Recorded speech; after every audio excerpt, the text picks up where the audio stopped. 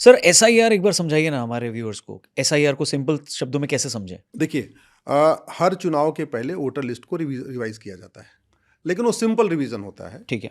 लेकिन जब election commission को लगे कि कहीं पे फर्जी वोटर ज़्यादा हैं, कहीं पे ऐसे लोग की संख्या ज़्यादा है जो मर चुके हैं फिर भी उनका नाम जुड़ा हुआ है, ऐसे लोग जो माइग्रेट कर रहे हैं फिर भी उनका नाम जुड़ा हुआ है, या विदेशी भी यहाँ पे रह रहे हैं, ऐसे कंडीशन में स्पेशल इंटेंसिव रिवीजन किया जाता है।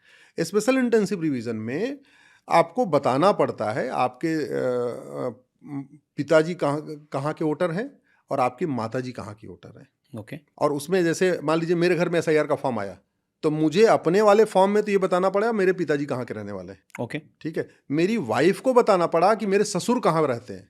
अच्छा। तो मतलब आपको दोनों तरफ आपको कंफर्म कराना है। ओके। ऐसे नहीं कि हमारे वोटर आईडी के आधार पर मेरी पत्नी का वोटर आईडी बन जाएगा, ऐसे नहीं होगा। हमारी पत्नी को भी अपने पेरेंट्स का भी डॉक्यूमेंट देना पड़ेगा, उनका वोटर आईडी का नंबर बताना पड़ेगा, उसकी संख्या बतानी पड़ेगी। ठीक है। ये है एसआईआर। इसका पर्पज केवल यही होता है कि कोई विदेशी ना हो, कोई कम उम्र का आदमी ना हो, कोई घोस्ट ना हो, कोई ऐसा ना हो जो दुनिया में नहीं है फिर भी वो बना हुआ है। वोटर लिस्ट में नाम के लिए 3 कंडीशन होती है। पहला, वो भारत का नागरिक होना चाहिए। दूसरा, वो उसी क्षेत्र में रहना चाहिए। तीसरा, वो 18 साल की उम्र पूरी करना चाहिए। ये 3 कंडीशन है। अब इसमें इलेक्शन कमीशन तीनों की जांच करता है। नॉर्मल परिस्थितियों में तीनों की जांच नहीं करता। नॉर्मल रिवीजन में भैया ठीक है, अपना एज प्रूफ दिखाइए, आप 18 के पूरे हो गए, नाम जुड़वा लीजिए। ठीक है। एसआईआर में तीनों को कंफर्म किया जाता है कि वो सिटीजन है कि नहीं है, वो उस एरिया में रहता है कि नहीं है, फिजिकली रह रहा है कि नहीं रह रहा है, 18 साल का हुआ कि नहीं हुआ। इसके लिए वहाँ के बीएलओ 3 बार उसके घर पे जाएंगे। ओके, 3 बार जाना है। 3 बार जाना है। और सिटीजनशिप के लिए क्या डॉक्यूमेंट देना उसको? अब सिटीजनशिप के लिए आपको डॉक्यूमेंट देना है, आपका राशन कार्ड हो, आपका निवास प्रमाण पत्र हो, आपका डोमिसाइल सर्टिफिकेट। आधार कार्ड नहीं? आधार कार्ड नहीं। ये क्या हुआ, इलेक्शन कमीशन ने 11 डॉक्यूमेंट रिलीज किए, लेकिन जो 20 और पिटिशनर आए हुए हैं, उसमें कई सांसद, विधायक, मंत्री, भूतपूर्व सब आए हुए हैं यहाँ पे। उनका कहना था नहीं जी, आधार अलाउ करो। आधार क्यों अलाउ करो, उसके पीछे मैं आपको सोच बता देता हूँ। ये आधार एक्ट है। आधार एक्ट कहता है कि जो भारत में रहता है, 6 महीने से रह रहा है, उसका आधार बन सकता है। वो भारतीय हो या विदेशी हो, यानी रोहिंग्या हो, बांग्लादेशी हो, पाकिस्तानी हो, अफगानिस्तानी हो, कुकी हो, कोई भी हो, अगर वो 6 महीने से भारत में रह रहा है तो उसको आधार इशू कर दिया जाएगा। ये एक्ट कहता है। अच्छा। हाँ, इसमें भी बदलाव होना चाहिए? इसमें 100% बदलाव होना चाहिए। तो जब बन रहा था तो कहाँ थे बुद्धिजीवी? पता नहीं कहाँ दिमाग था, कहाँ थे बुद्धिजीवी। ये तो कितना कॉमन सेंस। अच्छा सुनिए, 6 महीने से रह रहा है, इसका प्रूफ कौन देगा? वो लोकल पार्षद और प्रधान दे देगा। पार्षद और प्रधान में हार जीत कितने वोट से होती है? 50-60 वोट से होती है। तो जो व्यक्ति एक बार पार्षद बन गया है, अगली बार भी वो जीते, इसके लिए उसके सबसे बढ़िया तरीका होता है कि उसके एरिया में 50-60-100 घुसपैठिया के बैठ जाए। क्योंकि घुसपैठियों का वो डॉक्यूमेंट बनाएगा, घुसपैठियों को लेटर हेड पे लिख दिया जी हम ये हमारे एरिया में रहते हैं। उन्होंने जाके कॉमन सर्विस सेंटर पे 2000 का आधार बनवा लिया। आधार बन गया, वही आधार दिखा के दलाल को उन्होंने 2000 रुपये में राशन कार्ड बनवा लिया। जब 2 डॉक्यूमेंट हो गए, फिर उन्होंने 2000 दलाल को पकड़ाया, उनका बर्थ सर्टिफिकेट बन गया। जब फिर उनका 3 डॉक्यूमेंट हो गया, फिर उन्होंने 3000 रुपये दलाल को पकड़ाया, आरटीओ ऑफिस से उनका ड्राइविंग लाइसेंस बन गया। और जब 4 डॉक्यूमेंट हो गया, तो वो पार्षद प्रधान जिसने लिख के दिया था मेरे एरिया में रह रहे हैं, वो तो बैठा ही है। तू 4 डॉक्यूमेंट ला, तेरा हम नाम वोटर आईडी में जुड़वा देंगे और तू मुझे वोट देते रहना। ये पूरा खेल है। इस देश के साथ गद्दारी और मक्कारी यहाँ के तथाकथित नेता कर रहे हैं।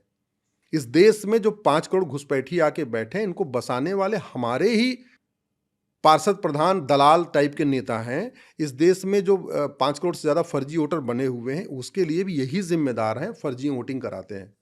हमारा अनुमान था कि बिहार में करीब 25 लाख फर्जी वोटर निकलेंगे, वहाँ 65 लाख निकले।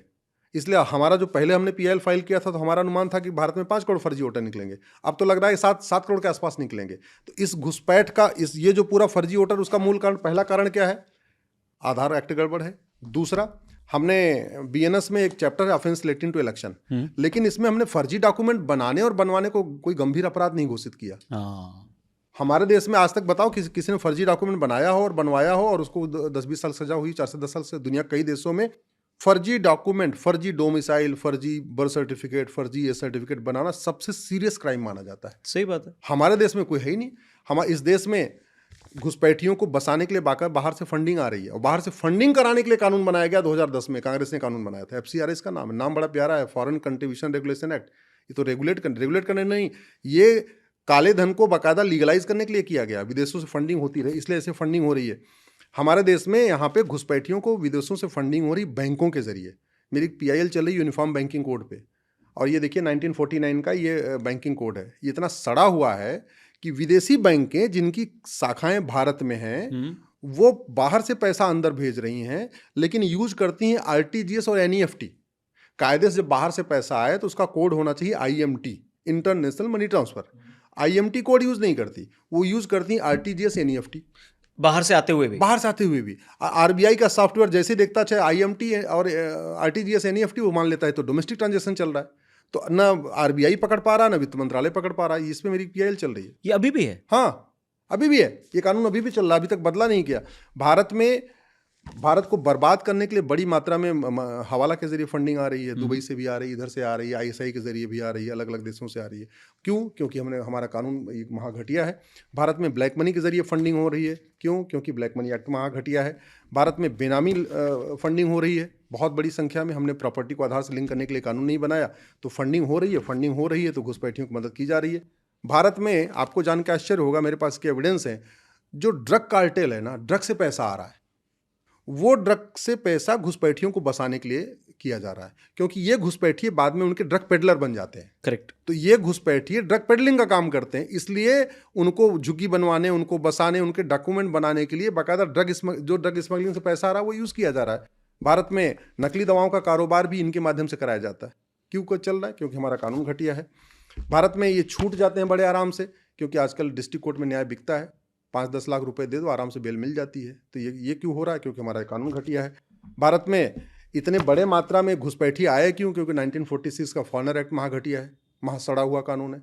भारत में इतने घुसपैठी आते हैं फिर भी पकड़े क्यों नहीं जाते, और उनके आका क्यों नहीं पकड़े जाते? क्योंकि हमने नार्को पॉलीग्राफ ब्रेन मैपिंग की व्यवस्था ही नहीं किया है। तो अगर आपको घुसपैठ रोकना है तो आपको ये कानून बदलने पड़ेंगे। एक कानून बदलने से घुसपैठ नहीं रुकेगी। और घुसपैठ 5 करोड़ घुसपैठी आ चुके हैं, ये मैंने 2017 में अपने पीआईएल में बताया था। और 5 करोड़ से ज़्यादा फर्जी वोटर हैं भारत में, ये मैंने अभी पिछले साल पीआईएल में बताया। एसआईआर वाली पीआईएल में मैंने जो आंकड़ा दिया है, अब वो आंकड़ा और बढ़ने वाला है। भारत बहुत तेजी के साथ बर्बादी की तरफ जा रहा है। दुनिया में सबसे ज़्यादा बहन बेटियां भारत में गायब होती हैं, 5 लाख हर साल।